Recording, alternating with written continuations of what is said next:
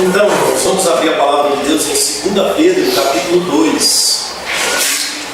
Segunda epístola que escreveu Pedro, capítulo 2.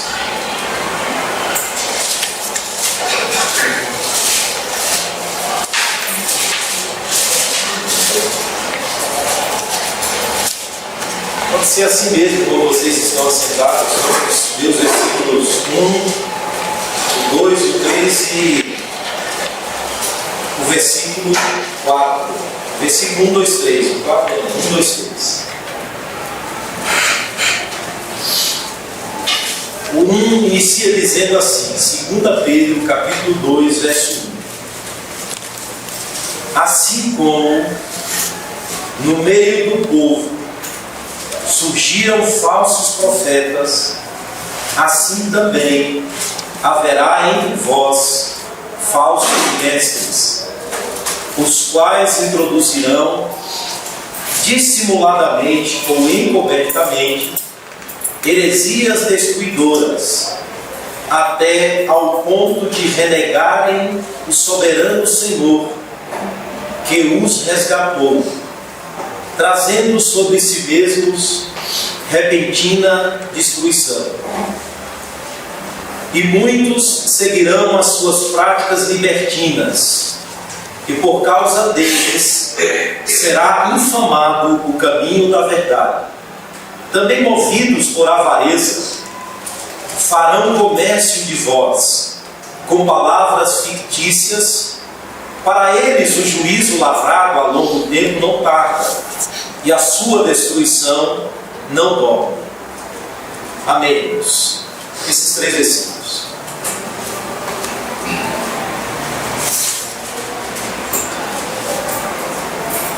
A perigosa infiltração, irmãos, dos falsos mestres no meio da igreja, ou a perigosa infiltração das falsas doutrinas na igreja.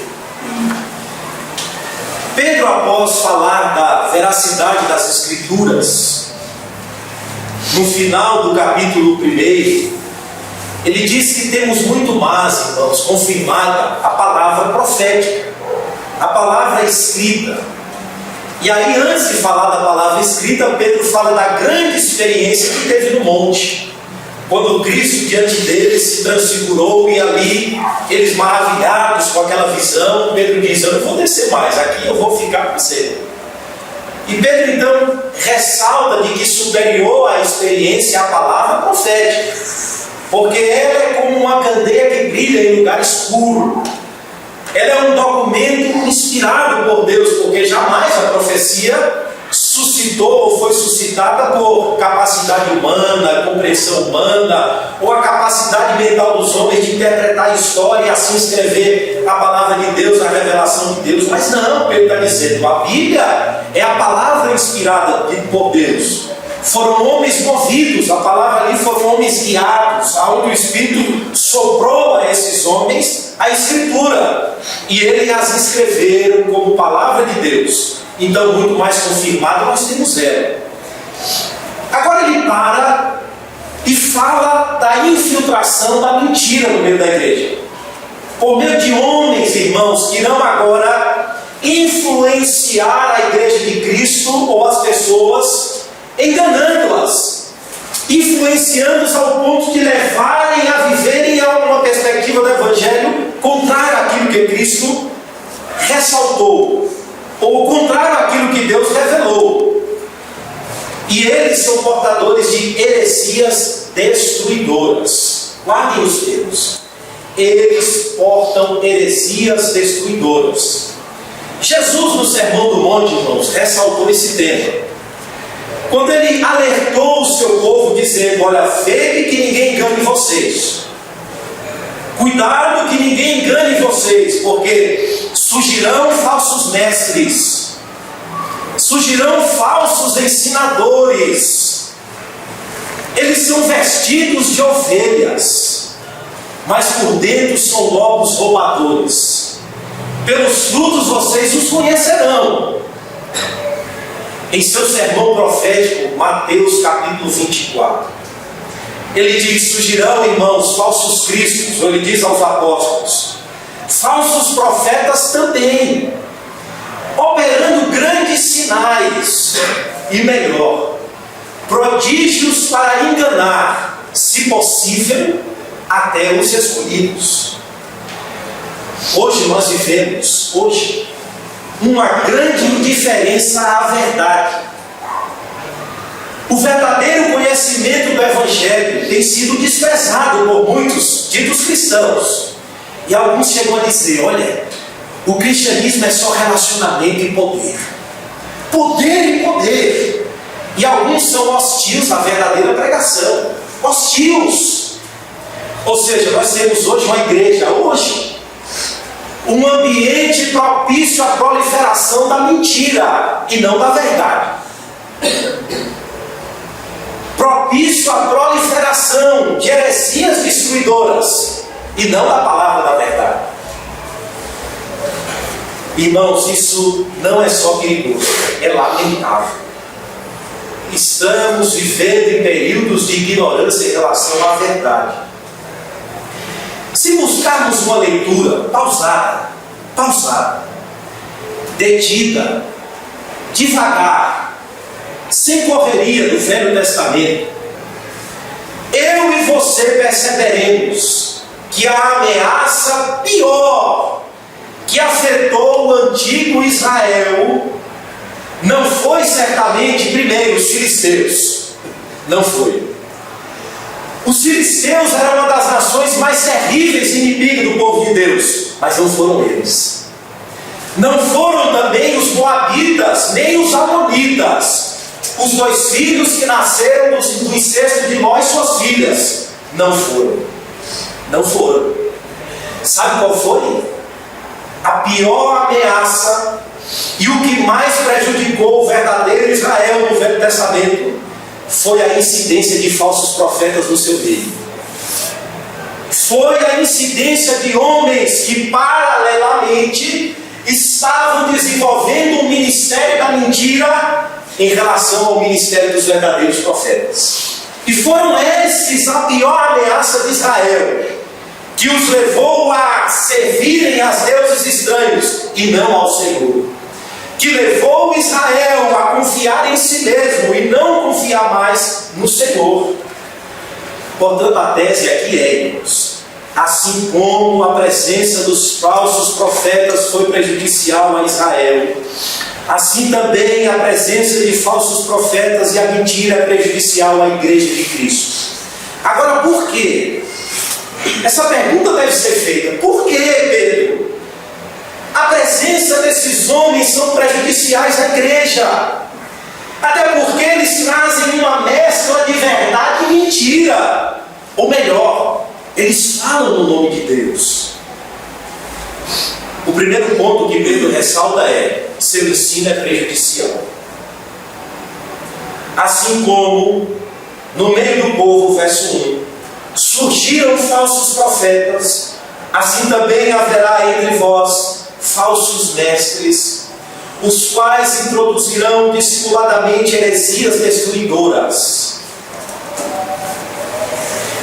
Irmãos, Pedro começa nos alertando para um fato desprezado por nós. O fato de que a história se repete. E de que somos muitas vezes desatentos em aprender com a história. E ela se repete entre nós, ou no nosso meio, chamado no contexto evangélico, ou no meio da igreja. E ele começa dizendo: assim como, irmãos, não é diferente, assim como no meio do povo do Velho Testamento, paralelo ao ministério dos profetas do Senhor, surgiram os pseudos profetas, assim também em nosso meio, conosco não será diferente. A história volta a se repetir, surgirão pseudos ensinadores. E no passado, irmãos, Deus fez constantes advertências. Foram inúmeras as advertências àquelas pessoas que ousadamente se levantavam para falar no nome de Deus, sem Ele jamais ter autorizado. Veja, no contexto da grande corrupção religiosa, após o estabelecimento estabelecimento da nação, depois da nação está economicamente estabilizada, religiosamente estabilizada, começa então a vir a corrupção em todos os aspectos. E Jeremias se levanta como profeta vocacionado por Deus, e Deus diz: Jeremias, eu te levantei para derrubar, para destruir, para botar abaixo, mas para edificar. Por quê? Porque o povo de Deus, o próprio povo de Deus, havia construído uma religiosidade em cima da mentira, em cima da falsa profecia e do falso ensino. E o próprio Jeremias diz: irmãos, o profeta anda de mão dada com o sacerdote. O profeta anda de mão dada com o sacerdote. No capítulo 5, verso 31, o profeta diz: eles profetizam falsamente. No capítulo 23, verso 31, Deus, usando o profeta, diz à nação: não mandei esses profetas, todavia eles foram. Em Miqueias é mais duro. Capítulo 30, verso 5, o profeta diz, ou Deus diz através do profeta: ai dos profetas que fizerem errar o meu povo, e que, quando lhes dão pão, eles profetizam na paz. Agora, quando lhes retém o pão, aquilo que eles querem, eles proclamam guerra em nome do Senhor. E Deus solenemente diz: por causa disso, a noite virá sobre vocês, e haverá trevas sem adivinhações. O sol se porá, e o dia se escurecerá para esses profetas. Eram constantes as advertências. Deus, irmãos, estava alertando o povo contra a falsa profecia, ou contra o falso ensino de homens que estavam se levantando ousadamente para proclamar uma mensagem em nome de Deus. E Deus diz: o meu povo perece por falta de conhecimento.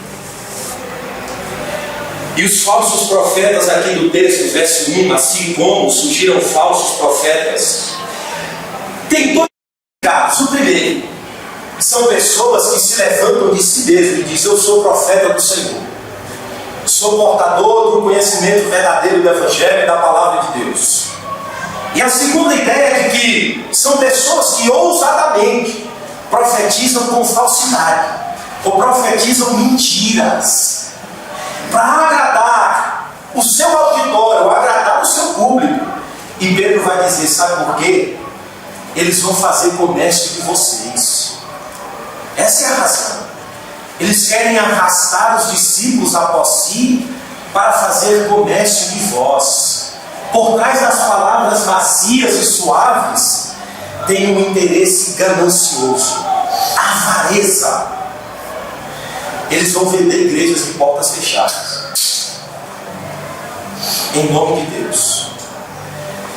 1 Reis, capítulo 22. Acabe, que havia casado com Jezabel, filha de um dos sacerdotes de Baal, desviou-se, ao ponto de chamar Elias, que era o verdadeiro profeta vocacionado por Deus para lançar em rosto o pecado de Acabe, de um perturbador de Israel. E ele então se une com o rei do sul, Josafá, para combater nações vizinhas. E Josafá, ainda em sua vida tendo resquícios de piedade, porque seu pai era crente, diz a Acabe: não há aqui profetas que declarem a vontade do Senhor, a ver se iremos à guerra ou não. E aí Acabe reúne os parceiros, e eles só profetizam: vai, Deus é contigo. Vai, meu servo, Deus é contigo. Vai, que hoje a vitória será sua. E os 400 profetizam. E Acabe, percebendo que há mentira e falsidade na boca dos profetas, pergunta: não há mais nenhum? Ora, de 400 ele quer mais um. É porque ele sabe que ali há mentira. E aí traz Micaías, que já estava preso, porque ele estava pregando e proclamando a palavra de Deus, preso. E aí quem vai tirar Micaías da cadeia já diz assim: Micaías, o negócio é o seguinte, vou logo te antecipar o contexto. Lá há 400 profetas e ambos os reis estão assentados no trono e ouvindo-os. E os 400 profetizam o que é bom, certo? Estão ambos dizendo, ou os 400 dizendo, que eles vão vencer a guerra. E Micaías diz, não, o que Deus disse eu vou falar. Certo? Ele já chega ironizando. Vai, porque vejo Israel triunfando e vocês ganhando. Aí Acabe diz, não estou dizendo que ele só profetiza mentira. Micaías ironiza e diz, se Deus não estiver falando, que vocês voltem vitoriosos da batalha, mas vejo Israel andando como pastor, já declara no contexto de que Acabe não voltará vivo. E o reino do norte voltaria disperso sem pastor, sem o líder, porque o seu líder ia morrer na guerra. Estou te falando. E ele vai preso. Aqui, irmãos, a advertência de Pedro parte para nós. Olha, olhem para a história. Olhem para o passado, olhem para o Velho Testamento e vejam como foi paralelamente ao ministério dos profetas uma carreira dos pseudos profetas. E vejam o que saíram de seus lábios e de suas bocas. Vejam qual foi o prejuízo que eles trouxeram a Israel. Alguém que nunca foi autorizado por Deus se levantou a pregar, a falar da parte de Deus, a portar uma mensagem falsa, prejudicial à Igreja de Cristo. Não estou dizendo que a história é cíclica, que ela roda e volta sempre ao mesmo ponto, mas é que ela se repete, irmãos. Ela se repete. Há sempre uma tentativa maligna e perversa dos homens, com interesses perversos, em arrastar os discípulos após si, em seguir carreiras paralelas aos que são legitimamente chamados, e pregar não a mensagem do Evangelho, mas a mentira. A mentira. E Pedro diz, assim como nós não estamos livres, ele não surgir também do meio de vocês, alegando ter uma mensagem de Deus, alegando ter sido vocacionado por Deus, alegando estar sendo usado por Deus, alegando estar portando uma outra mensagem que complemente o Evangelho de Cristo. Com vocês não será diferente. Não. São pseudo-ensinadores. Lá eram profetas, aqui são mestres. São mestres. Que encobertamente eles introduzem heresias destruidoras na igreja. Veja que a preocupação de Pedro, irmãos, é de levar os irmãos a essa consciência, de mostrar aos irmãos que só há um caminho, que só há um evangelho, que só há uma verdade e que só há uma pregação acerca de Cristo, o verdadeiro evangelho. E em certos aspectos, enquanto os apóstolos estavam presentes na igreja, como vigilantes, como aqueles que estavam cuidando da igreja, vigiando, escrevendo cartas, exortando, em certos aspectos eles ainda estavam penetrando, mas devagar. E o próprio Paulo, quando está indo para Jerusalém, chama os anciãos de Éfeso e diz assim: olha, eu estou indo embora, vocês não me verão mais, porque Paulo tem consciência de que vai para Jerusalém, e de Jerusalém vai para Roma ser julgado, e dali ninguém mais vai ver Paulo, nem a igreja de Éfeso, nem a igreja de Colosso, de Filipos, da Galácia, ninguém verá mais Paulo. Então ele chama os homens mais velhos que foram ordenados na igreja e diz: olha, eu ensinei a vocês todo o conselho de Deus, portanto pastoreai o rebanho de Deus, os quais Deus colocou vocês como supervisores, bispos, porque eu sei que após a minha partida, a minha saída, surgirão no meio de vocês, no meio da igreja, lobos vorazes que não pouparão o rebanho. A profecia se cumpre. Muitas igrejas foram arrasadas e estão sendo arrasadas por homens cruéis que surgiram dentro dela. Ele sempre aparece, o que é pior, o texto está dizendo, é entre vós. é nas fileiras, é na comunidade cristã, é no meio dos evangélicos que eles surgem. E qual o propósito dele? É ensinar a verdade? É mostrar o caminho de Cristo e revelar Cristo? Pedro diz, não. Veja o texto. É introduzir dissimuladamente heresias destruidoras. A ideia aqui é de introduzir com algum tipo de cobertura. É aquilo que Cristo diz. Eles têm peles de ovelhas, eles têm aparência de ovelhas, mas por dentro são lobos vorazes. A traduzida traduziu, eles introduzem cobertamente. É como se eles colocassem uma coberta por si para tapar ou esconder os reais interesses deles, e eles assim sorrateiramente introduzem heresias destruidoras. Ou seja, pontos de vistas que destroem a verdadeira fé, que destroem a verdadeira teologia, que destroem o verdadeiro conhecimento da verdade, que destroem os aspectos verdadeiros preservados por Deus à sua igreja. E introduzindo, eles desconstroem a sua característica, sua verdadeira identidade. Seus ensinos, irmãos, destroem o que é mais puro na igreja. E a história está aí para provar, de que há igrejas que hoje não têm mais características ou não pregam mais o verdadeiro Evangelho de Cristo. E se pararmos para analisar, na esquina se prega uma coisa, no meio se prega outra, naquela esquina se prega outra, ali se prega outra, ali se prega outra. E as pessoas ficam como que atônitas perguntando, com quem está a verdade? Ou o que é a verdade? A verdade depende do ponto de vista de cada um que está pregando. Hoje é assim. Hoje é assim. Aspectos que contrariam a verdadeira fé cristã. Que corre não mais paralelo. Hoje está assim, é diametralmente oposto ao Evangelho que Cristo pregou. Irmãos, o que destrói a igreja é a mentira e não é a verdade. O que destrói a igreja é a mentira e não a verdadeira teologia. Pelo contrário, a verdade, irmãos, constrói o caráter de Cristo na igreja, preserva a sua identidade. Agora a mentira destrói. Pedro está dizendo, são heresias destruidoras, que destroem a verdadeira fé. A verdadeira fé. Agora a teologia correta, pelo contrário, nos ensina qual é o verdadeiro culto, o que vem a ser a santidade, o que vem a ser a pureza da igreja, o que vem a ser a teologia ou a doutrina da salvação.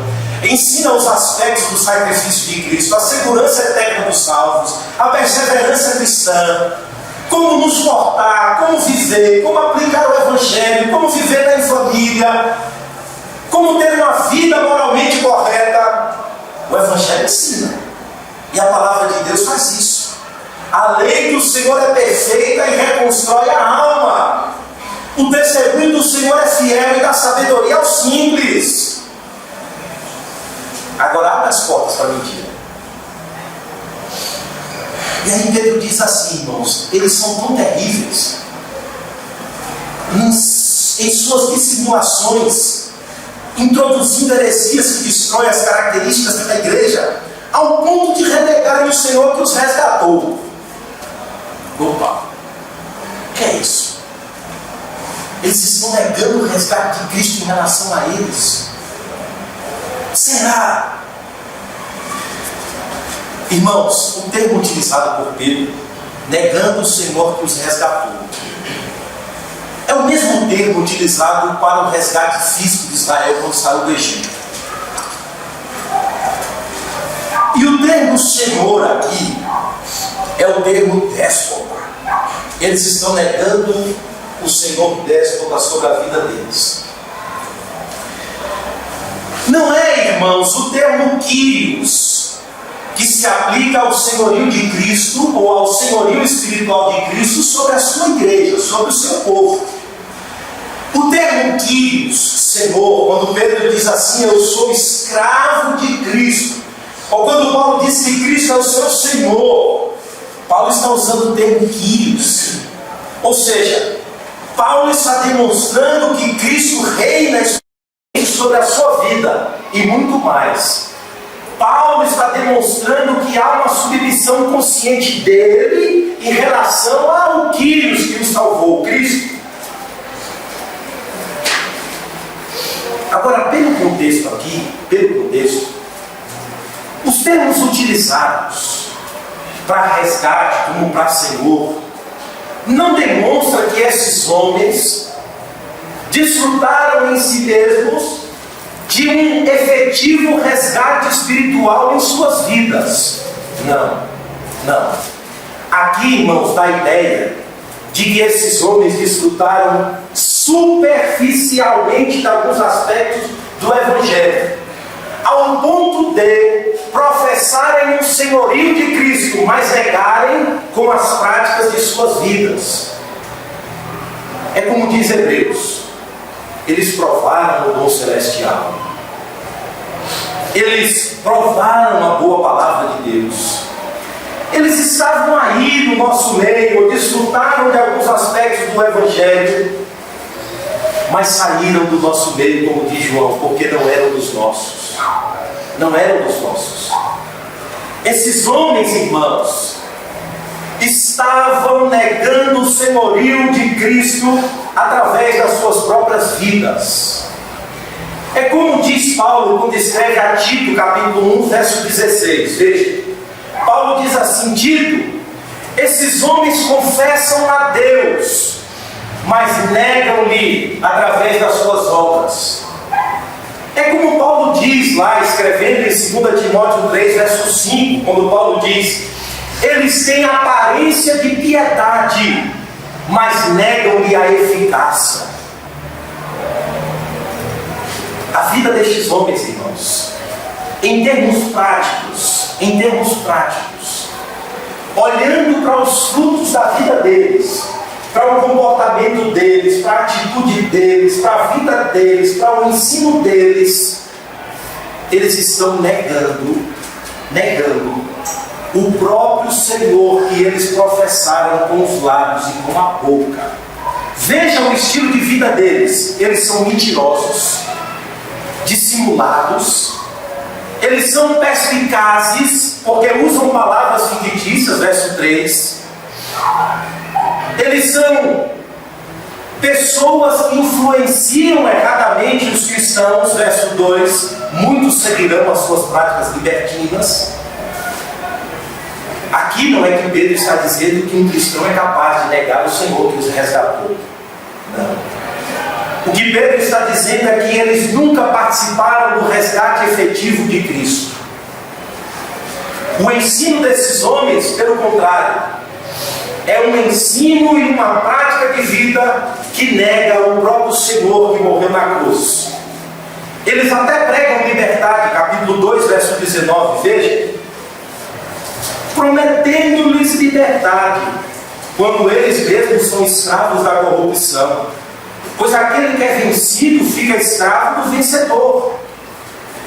Eles pregam liberdade, ele está dizendo. Eles pregam campanhas que prometem às pessoas resultados rápidos. Eles fazem campanhas e mais campanhas de libertação. E Pedro diz: eles mesmos são escravos. Eles mesmos são escravos. Eles eram pregadores de uma liberdade que se transformou em libertinagem de vida. E Pedro diz: eles foram tão longe, que o que eles professaram com os lábios, eles estão negando com maldade. Estão demonstrando o contrário.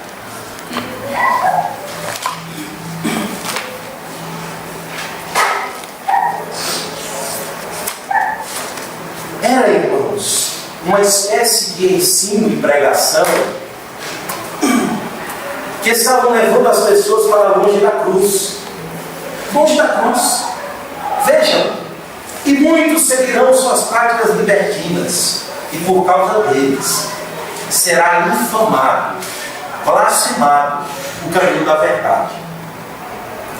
Também movidos por avareza farão comércio de vós, ora com palavras de papéis, ou com palavras de plásticos.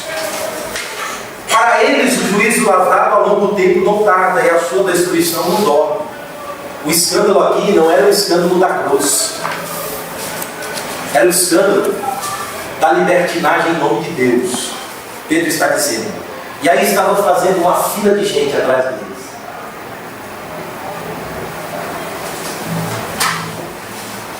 E aí no final do verso 2, Pedro encerra com uma solenidade. Quando ele diz que eles irão trazer sobre si mesmos repentina destruição. A árvore que eles plantou, a semente que eles lançaram, certo? Está chegando a época de produzir os seus frutos. E aí tudo aquilo que o homem plantar, isso ele também ceifará. E Pedro diz, eles estão trazendo sobre si mesmo repentina destruição. Estão trilhando um caminho cuja falsa sensação de liberdade está cegando a vista deles. E esse caminho está levando-os a uma destruição repentina. A ideia aqui é de uma destruição rápida, de repente. Ou na parousia, quando Cristo voltar, ou até mesmo na morte. Eles irão enfrentar uma rápida destruição.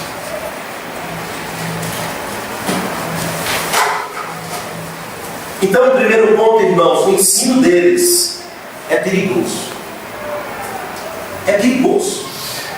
Paulo diz, Timóteo, o ensino desses homens é como gangrena. Vai sempre produzir cisão, partidos, rupturas, prejuízos à igreja. Agora o segundo ponto é pior. Sabe por quê? O estilo de vida deles é vergonhoso e prejudiciais ao bom testemunho do Evangelho. Prejudicial. Verso 2, veja, é muito claro. Muitos seguirão as suas práticas libertinas, e por causa deles será infamado o caminho da verdade. O Evangelho virou, irmão, zombaria na boca dos filhos. A infiltração da mentira e do mentiroso, irmãos, vai trazer prejuízos. O estilo de vida deles e a própria negação do senhorio de Cristo, ou do resgate efetivo de Cristo, ela tem duas consequências sobre a igreja, sobre o povo de Deus. A primeira consequência, sabe qual é? É que eles não só influenciam e aliciam a mente dos mais simples, dos incautos. Eles não só aliciam os crentes com uma proposta de liberdade tentadora. Sabe o que é pior? Eles influenciam a tal ponto de contaminar. Eles são perigosos, sabe por quê? Porque são portadores não só de um ensino destruidor, mas de um estilo de vida vergonhoso. Olhem para os frutos. Olhem para os frutos. E o mau exemplo aqui é largamente seguido. Largamente. O mau exemplo é como um chiclete teológico. Bate e fica. E o termo aqui é muito forte, irmãos, para práticas libertinas. Sabe o que isso significa? São indivíduos com imoralidade temerária, endurecidos, não se arrependem, duros. E muitos vão seguir a influência devastadoras. Muitos estavam atraídos por essa vida e por esse cristianismo tão atraente, sem cruz, ao tempo de manterem uma aparência piedosa, religiosa, mas uma vida moralmente destroçada, sem moral, sem ética. O termo aqui são práticas lascivas.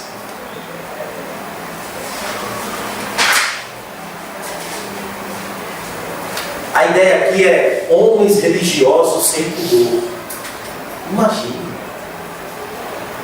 Eu me lembro da profecia de Ezequiel. Ezequiel está lá no cativeiro. Profeta que profetizou dentro do exílio.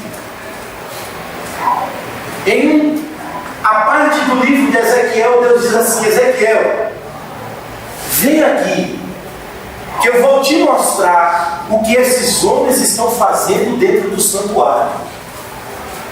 E Ezequiel fica perplexo em ver os homens sem pudor oficiando no templo e na casa de Deus.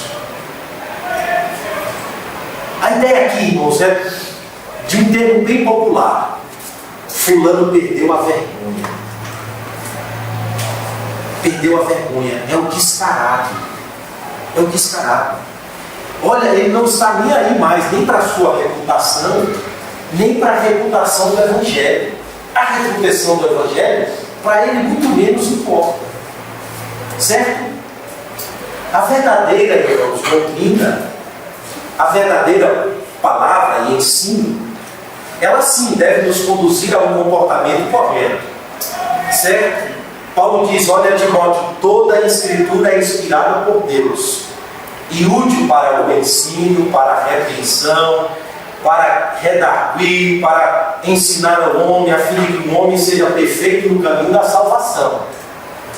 A doutrina correta gera um comportamento correto, embora eu saiba que você pode receber a teologia correta, mas viver errado. Mas jamais uma teologia errada vai produzir uma vida moralmente correta. Jamais um estilo de pregação no Evangelho que proporciona essa liberdade sem restrições vai produzir um comportamento moralmente correto.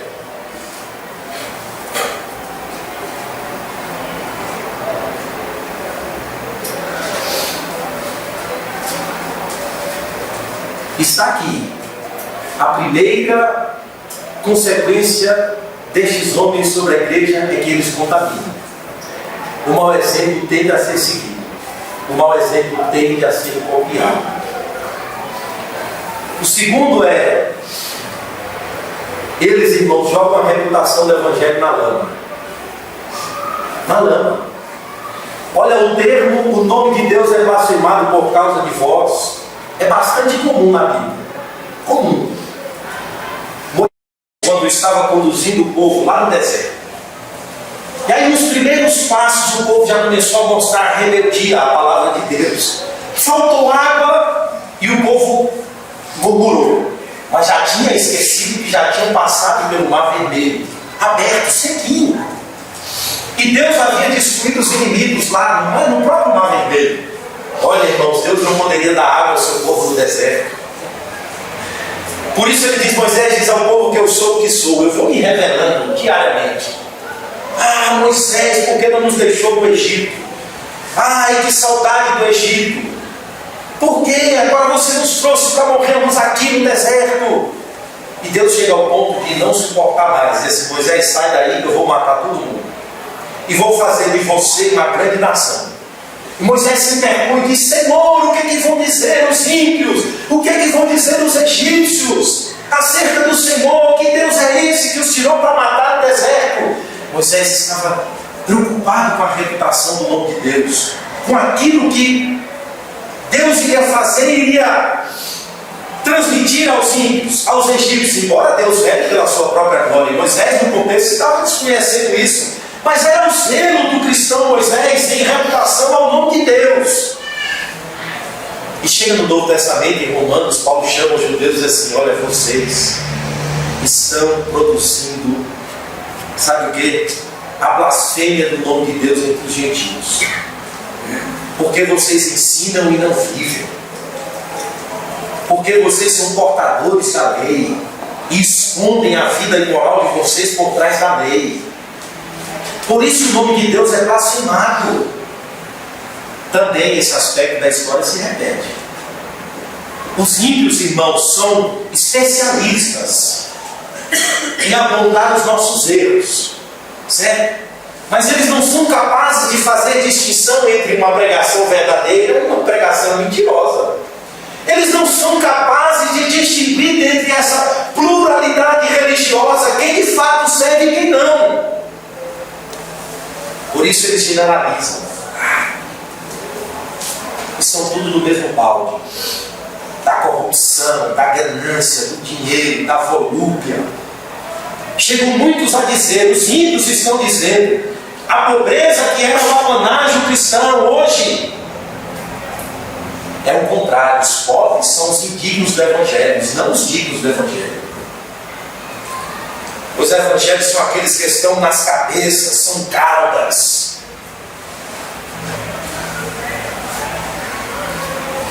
E olha o que Pedro diz: por causa deles, é por nossa causa, é deles, dos falsos mestres, que se infiltram. Será inflamado o caminho da verdade. Mas veja, o artigo é definido: o caminho da verdade. Não é um dos caminhos da verdade. Não existem vários caminhos, irmãos. Só existe o caminho da verdade. É por isso que Pedro pode identificar a falsa pregação e dizer: é heresia destruidora, porque é contrário ao caminho da verdade.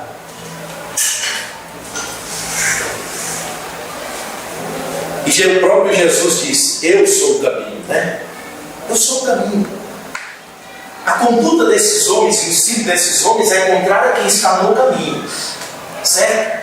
Pois aqueles que estão no caminho, os cristãos, como diz Pedro em 1 Pedro 4,9, foram chamados por Deus para não viver mais de acordo com as paixões deste mundo.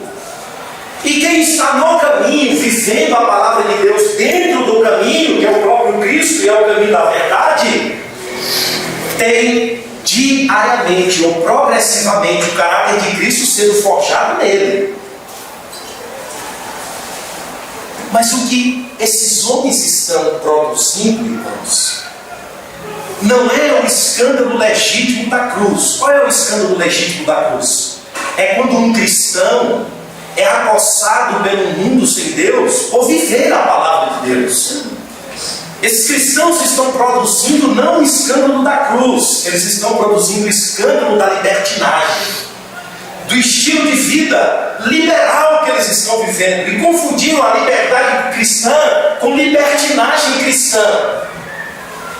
E estão desconsiderando as implicações da verdade em suas condutas éticas e morais, que dentro do verdadeiro evangelho estão tudo amarrados, juntos, ungidos, de forma bem coerente, certo? E aqui Pedro está dizendo: a vida deles são vergonhosas, são prejudiciais à reputação do evangelho.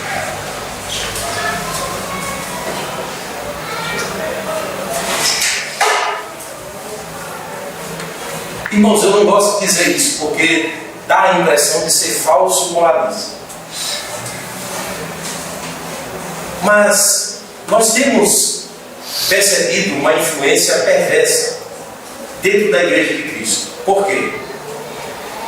Eu constantemente sou abordado com perguntas do tipo: um pastor que moralmente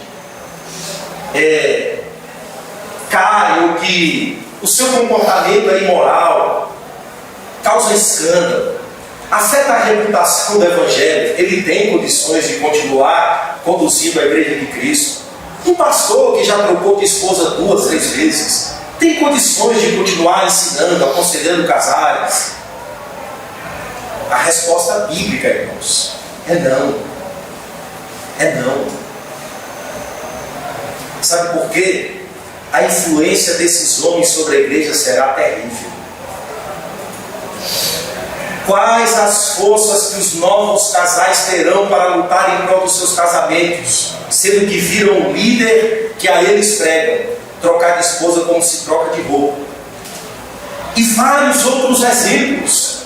Isso porque a verdade está sendo substituída pela mentira. A verdade está sendo substituída pelo engano.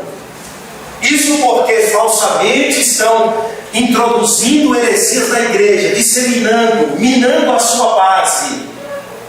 desconstruindo as suas características, os seus comportamentos, roubando a sua força de combater o pecado no mundo. Por quê?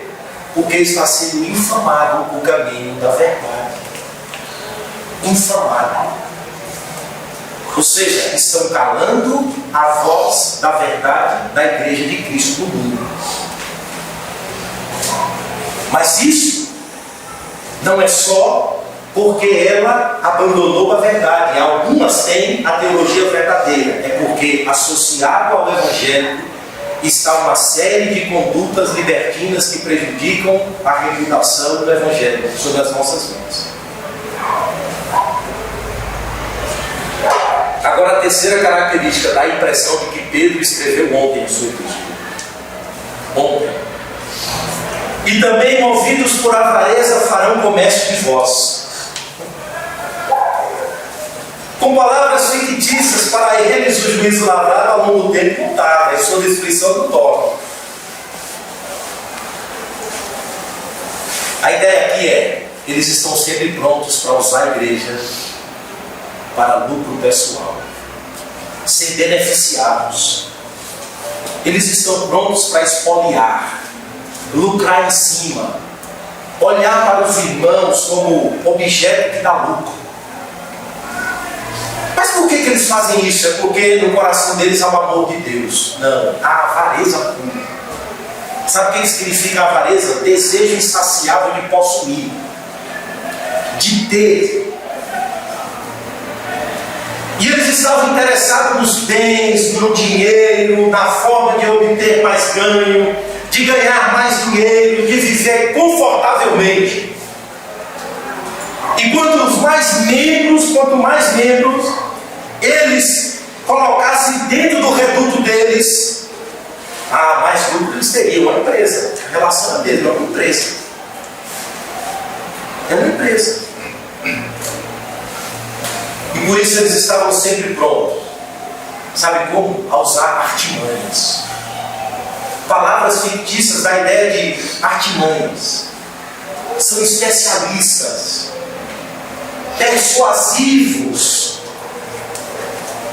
Irmãos, Paulo, percebendo a avidez de Corinto por uma oratória vazia, por palavras impostadas, bonitas, Paulo diz assim: eu vim até vós em fraqueza, em temor e tremor, e preguei a vocês Cristo e Cristo crucificado. Eles esperavam Paulo, sabe, com palavras fictícias, com uma oratória grega, usando a filosofia, a retórica, o vado. E Paulo vem com a simplicidade do pregador que mostra Cristo à igreja. Aqui, irmãos, é a ideia de que esses homens são persuasivos. Eles são tão especialistas que envolvem as pessoas ao ponto de fazê-las acreditar nas suas falsas profecias, em suas falsas promessas. São especialistas em colocar medo sobre as pessoas para mantê-las cativas e presas. Mas sabe para quê? Para espoliá-las. Espoliá-las. Arrancar lã.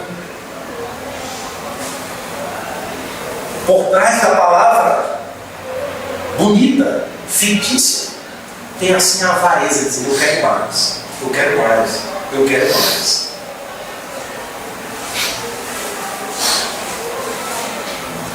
Nós não estamos vivendo isso. Nós não vemos isso. E quando Paulo escreve a Timóteo, diz assim: Timóteo, esses homens estão pensando que o Evangelho é fonte de lucro. Repreende eles. Estão usando o Evangelho para lucrar. E Pedro diz: eles farão comércio de vós.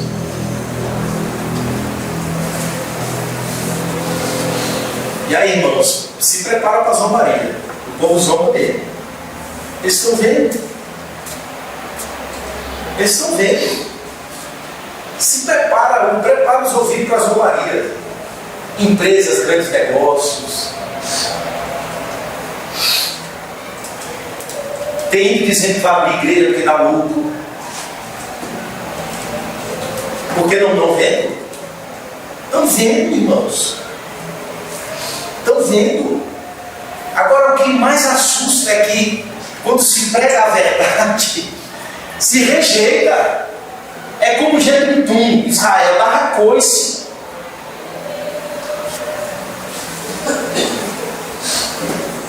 Irmãos, Pedro não fica quieto.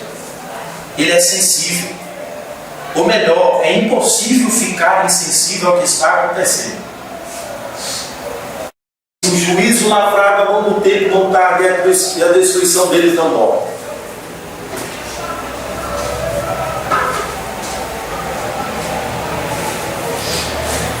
Quando se vê a igreja tratada da forma como Pedro percebe, aí os verbos no início ele coloca no futuro. Agora você imagina, se o verbo está sendo colocado aqui no futuro, os verbos aqui têm que ser mudados para o presente, porque nós estamos vivendo o ápice dessa corrupção. O ápice dessa corrupção. O ápice. Antigamente se percebia ainda uma uniformidade. Ainda se percebia verdades sendo pregadas na mesma igreja, nas mesmas igrejas. Mas a corrupção aumenta tanto a cada dia, aumenta tanto, que você não sabe quem é quem.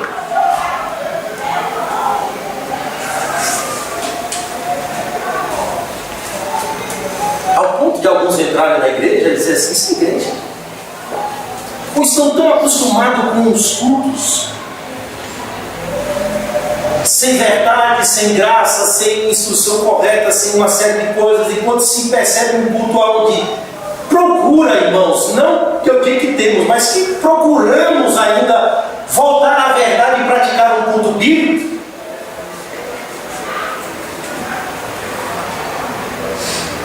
inquietude. E Paulo diz que são as características dos homens da nossa época, da nossa geração. Por terem no comichão dos ouvidos, não suportarão mais a sã doutrina, pois amontoarão para si mesmos mestres segundo as suas próprias consciências, que farão ou que coçarão os seus ouvidos. É a nossa geração. Não suporta a sã doutrina. E Pedro demonstra aqui, irmãos, que há um juízo lavrado ao longo do tempo em relação a esses comportamentos. Por quê? Porque houve em relação aos profetas no passado. E depois, no verso 4, veremos domingo que vem, Pedro dá 3 exemplos da execução do juízo de Deus na história. Na história. Sabe qual? Os anjos, Sodoma e Gomorra e a geração de Noé. São juízos antecipados de Deus que aconteceu na história. E que Pedro está mostrando é se aquela geração não passou impune ou sem a manifestação do juízo de Deus, quem dirá a nossa? Quem dirá esses falsos profetas que estão destruindo o rebanho do Senhor? O juízo lavrado aqui, irmãos, já é uma realidade já escrita. A destruição deles está acordada, de olhos abertos. Essa é a ideia deles. E a condenação deles é iminente. E eles nem suspeitam, nem imaginam que essa traiçoeira segurança será tirada. Por quê? Pedro está dizendo: para eles o juízo lavrado ao longo do tempo voltar e a sua destruição não volta. O que Pedro está dizendo é que Deus, irmãos, não é insensível a essa realidade e nem faz vista grossa. No tempo oportuno, aquilo que já está escrito em relação a eles será executado. É como diz Judas, eles são proscritos. O que acerca deles está destinado, está escrito de antemão. E eu encerro ressaltando a mesma advertência de Cristo. Cuidado que ninguém vos engane. Cuidado. Porque surgirão falsos profetas e falsos cristos, que farão sinais e prodígios enganadores, e se possível enganarão até os escolhidos. Por essa razão Pedro diz: irmãos, temos muito mais confirmado a palavra da verdade, É ela que ilumina os nossos caminhos escuros, difusos. É por ela que devemos nos reger. Está escrito, Jesus dizia: examinai as Escrituras, porque cuidais ter nela a palavra de vida eterna, e são elas que de mim testificam. É por ela que devemos nos reger, e não pelas experiências e por aquilo que é novo, mas pelo contrário, por aquilo que é o antigo Evangelho, que desde Gênesis está profetizado, está progressivamente sendo revelado. Não há fatos novos, porque o Evangelho de Cristo já nos foi revelado. Cristo Jesus já está exarado nas Escrituras. Sua verdade, seu caminho, sua postura, seu sacrifício, a vida que ele exige do seu povo, a conduta da igreja, o culto da igreja, a vida dos membros, a vida das famílias, dos casais, dos jovens, das crianças. E Paulo, quando manda Tito a Creta, diz: Tito, eu te mando a Creta para você colocar em ordem as coisas. Diz aos jovens que sejam graves, prudentes, aos mais velhos que sejam exemplos, às mais velhas que sejam exemplos às mais novas. Exorte os mais velhos com a paz, corrige as coisas. Tito usa a palavra, usa a Escritura. Irmãos, nós só conseguiremos distinguir a verdade entre a mentira se nós conhecermos a verdade, se nós examinarmos a verdade, saber o que é a verdade de fato. Assim, o meu povo não será enganado por falta de conhecimento, nem por falsa sensação de liberdade, mas pelo contrário, serão regidos pela verdade. O que diz a verdade? O que diz a Escritura? Como devemos agir assim, como devemos nos portar assim, como devemos fazer assim. Que Deus, irmãos, em Cristo nos faça valorizar a verdade que a nós foi entregue, a Escritura, e por ela reger as nossas vidas, porque ela é como uma candeia que ilumina lugares escuros. Lâmpada para os meus pés, Senhor, é a tua palavra. Guardei a tua palavra no meu coração para não pecar contra ti. Só se vence a mentira conhecendo a verdade. O substituto da verdade não é deixar de conhecer, da mentira não é deixar de conhecer a verdade. Pelo contrário, é se apegar ainda mais ao que é verdadeiro e o que está revelado em sua palavra. Que Deus nos ajude, irmãos, porque é sempre perigosa a infiltração da mentira. Sempre perigosa. Vamos orar. Senhor, nosso Deus e Pai, queremos bendizer o teu nome, Senhor, porque mais uma vez o Senhor nos concedeu o privilégio de estarmos aqui. E queremos pedir ao Senhor que o Senhor nos ajude a conhecer a verdade. Que o Senhor nos ajude, Senhor, a examinar a verdade, a nos apegar, Senhor, à verdade da tua palavra, a fim de combatermos a mentira, Senhor, a fim de combatermos o falso ensino, a falsa pregação, o falso culto, a falsa liberdade, a falsa moral. E acima de tudo, Senhor, viver de maneira sadia, de maneira saudável, Senhor, observando a luz que a tua palavra produz e ilumina os lugares escuros, confusos, difusos da nossa caminhada cristã, Senhor. Ajude que a tua igreja, Senhor, consiga ouvir a tua voz, porque uma das promessas é de que as tuas ovelhas conheceriam a tua voz, ouviriam a tua voz e te seguiriam, Jesus. Que o Senhor nos ajude a ouvir a tua voz em meio a essa confusão religiosa que vivemos, em meio, Senhor, a essas práticas confusas, a essas pregações confusas, a estes ensinos perturbadores, destruidores, Senhor, que nos levam para longe da cruz, que nos levam para longe da verdadeira segurança que há em Cristo Jesus. É o que nós, Pai, te pedimos nesta hora, em nome de Jesus. Amém.